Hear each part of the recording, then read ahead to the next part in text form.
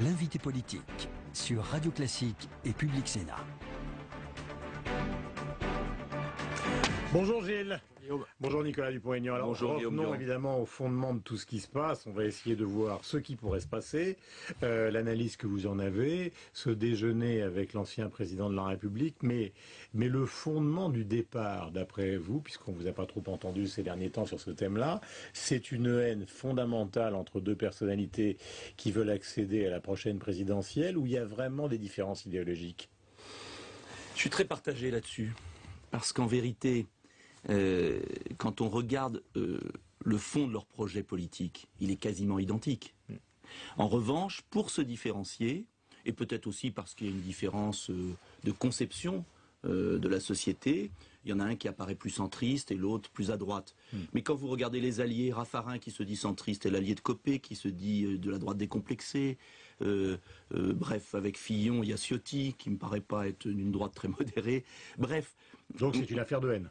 C'est une affaire de haine présidentielle. Oui, parce que moi je crois qu'au fond, comme l'UMP d'ailleurs, pareil pour le PS, n'ont plus de pouvoir. Ils ont à la fois tous les pouvoirs, parce que c'est le parti unique, sous la Ve République déclinante, et en même temps, ils sont totalement impuissants face à l'évolution du monde.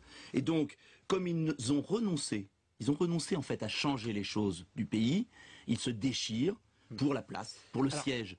C'est ça qui est frappant. Mais avant qu'on traite les questions qui sont liées à l'actualité, est-ce qu'il faut qu'il y ait un groupe, une scission, que peut faire Nicolas Sarkozy, je prends la deuxième question de fond qui est liée à ce qui a été écrit ce week-end dans la presse. Il y a deux thèses ce matin. Il y a la thèse du Point, au fond tout ça arrange Nicolas Sarkozy, c'est lui le grand vainqueur, ils ont été incapables de s'entendre.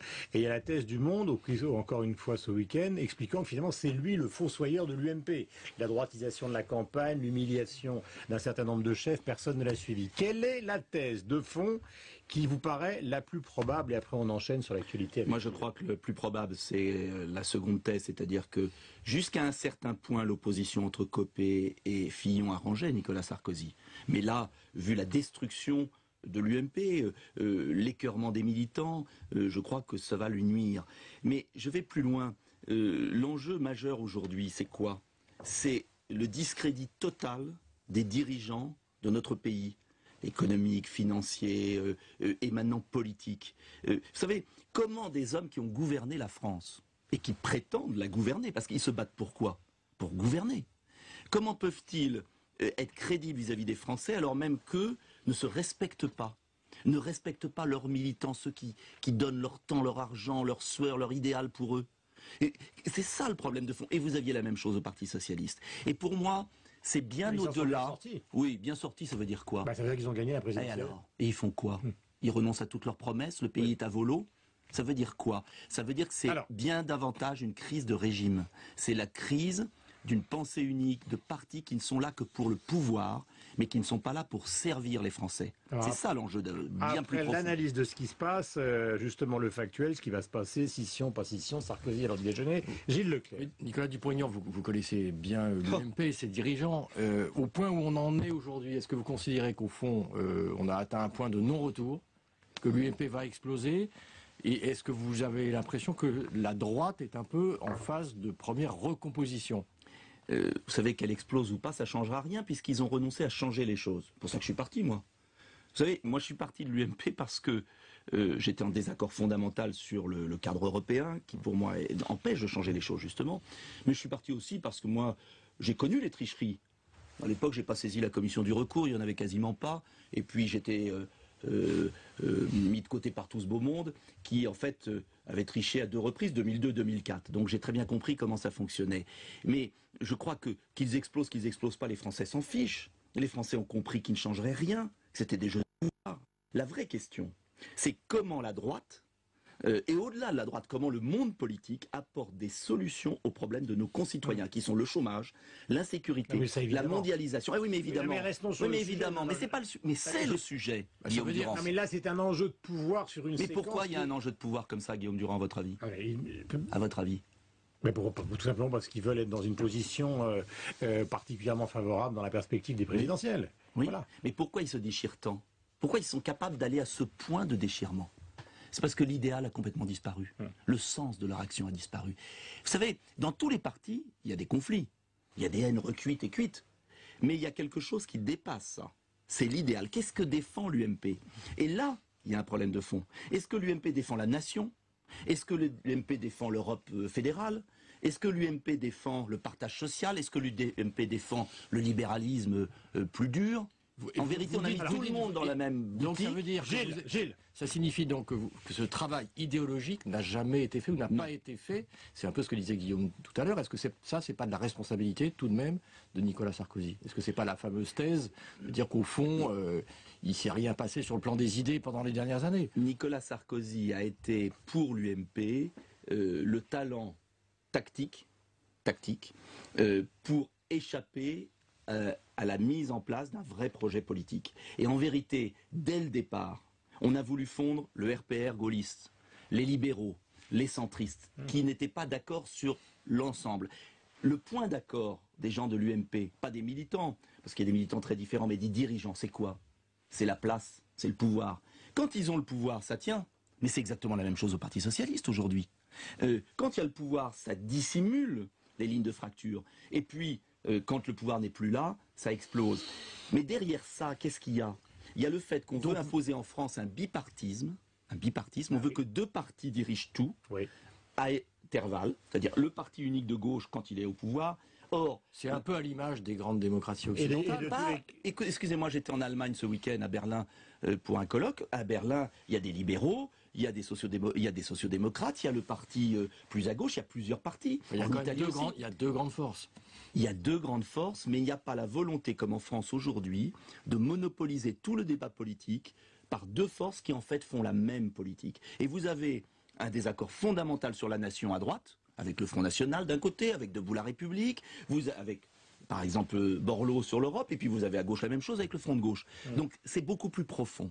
C'est le fait qu'aujourd'hui, depuis 20 ans, vous avez la même politique dans notre pays, tenue par deux partis de pouvoir, deux syndicats de pouvoir, et cela se fracasse sur la réalité de la société française et de l'échec politique général. Un peu cyniquement, vous êtes plutôt content ce matin? On n'est jamais content, du malheur de voisins, si je puis dire. C'est mon ancien parti. Ce qui me désespère depuis 10 ans, depuis longtemps, c'est l'incapacité des hommes politiques à proposer un projet pour la France, à aller au-delà. Moi, j'ai le mien. On peut ne pas être d'accord avec ma thèse sur l'Europe, avec ma thèse sur le volontarisme politique, sur la sécurité, sur l'école de la République. Mais au moins, j'ai un projet. Eux, quel est leur projet? La gesticulation, pour faire croire qu'il y en a, la division. Et c'est ça qui s'effondre devant nous. Alors il faudra reconstruire, et moi je veux dire aux électeurs de droite, qu'il y aura une reconstruction politique en France. Ça viendra parce que la nature aura du vide, et je suis convaincu qu'il faut reconstruire à partir d'un patriotisme républicain. En tout cas, moi c'est ce que je propose. Borloo propose autre chose. Et l'UMP va renaître d'une façon ou d'une autre, on verra par qui. On verra. Mais le patriotisme en fin de campagne, quand Nicolas Sarkozy parlait de la frontière, quand Montebourg aujourd'hui parle de la nationalisation, fut-elle à un moment momentané justement d'ArcelorMittal, quand on l'a vu dans l'émission de Ruquier ce week-end, Mélenchon dit bon ben maintenant il faut arrêter de rembourser tout et revenir justement à des considérations qui sont des considérations nationales. Ces thèses-là, elles existent, mais elles sont éparpillées dans les partis. C'est fondamentalement la réalité d'aujourd'hui. Vous avez raison, elles existent.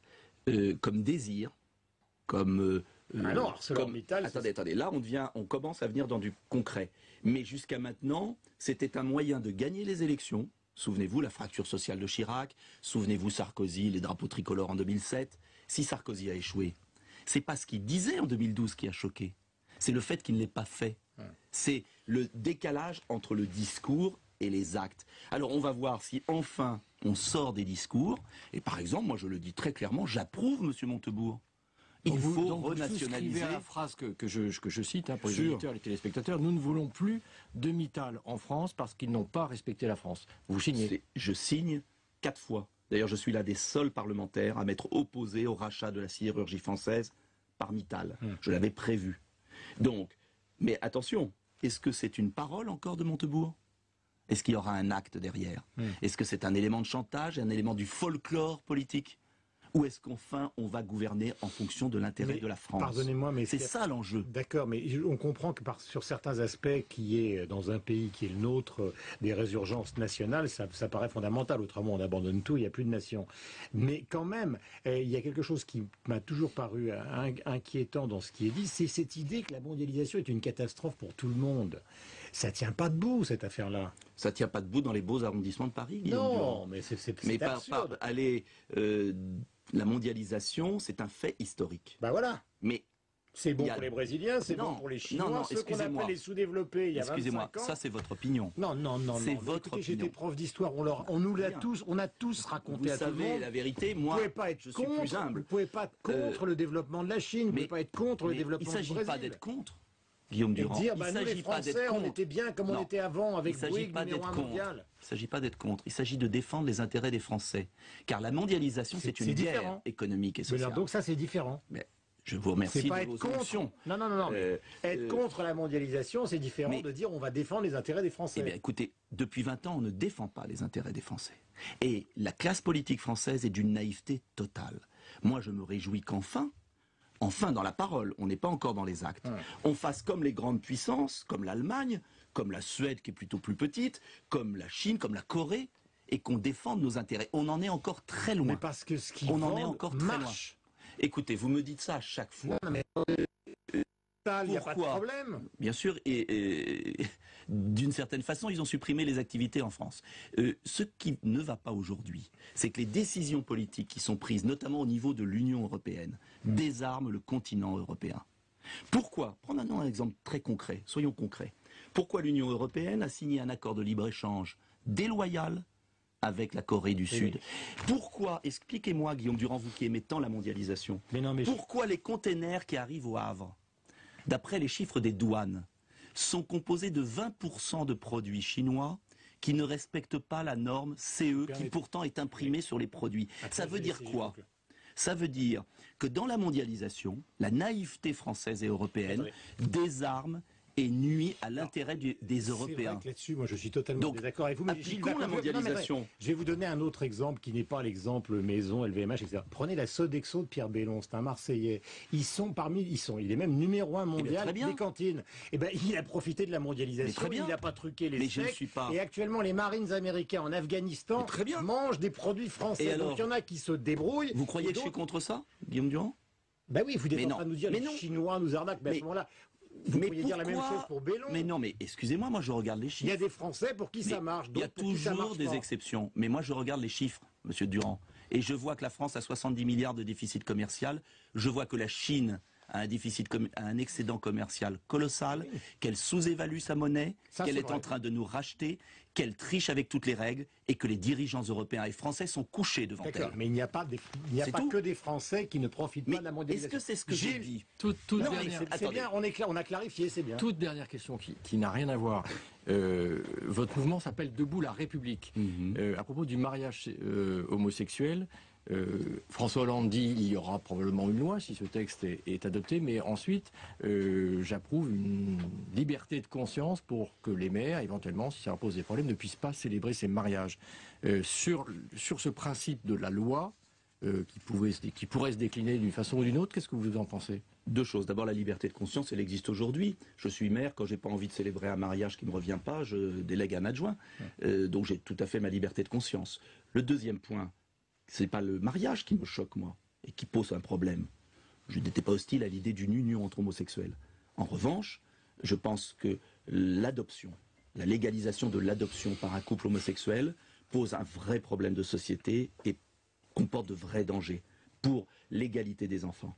Et donc, sur ce projet, je constate quoi? C'est que le gouvernement cherche l'affrontement. Au lieu de mettre en place une loi qui aurait permis de réconcilier les Français sur cette affaire, en prévoyant une union civique, même en mairie, il va beaucoup plus loin et il est en train de détruire un des fondements de notre pays. L'adoption par des couples homosexuels porte de graves dangers. Et c'est pourquoi je voterai contre, mais on aurait très bien pu avoir une réconciliation des Français et faire avancer la société sans drame.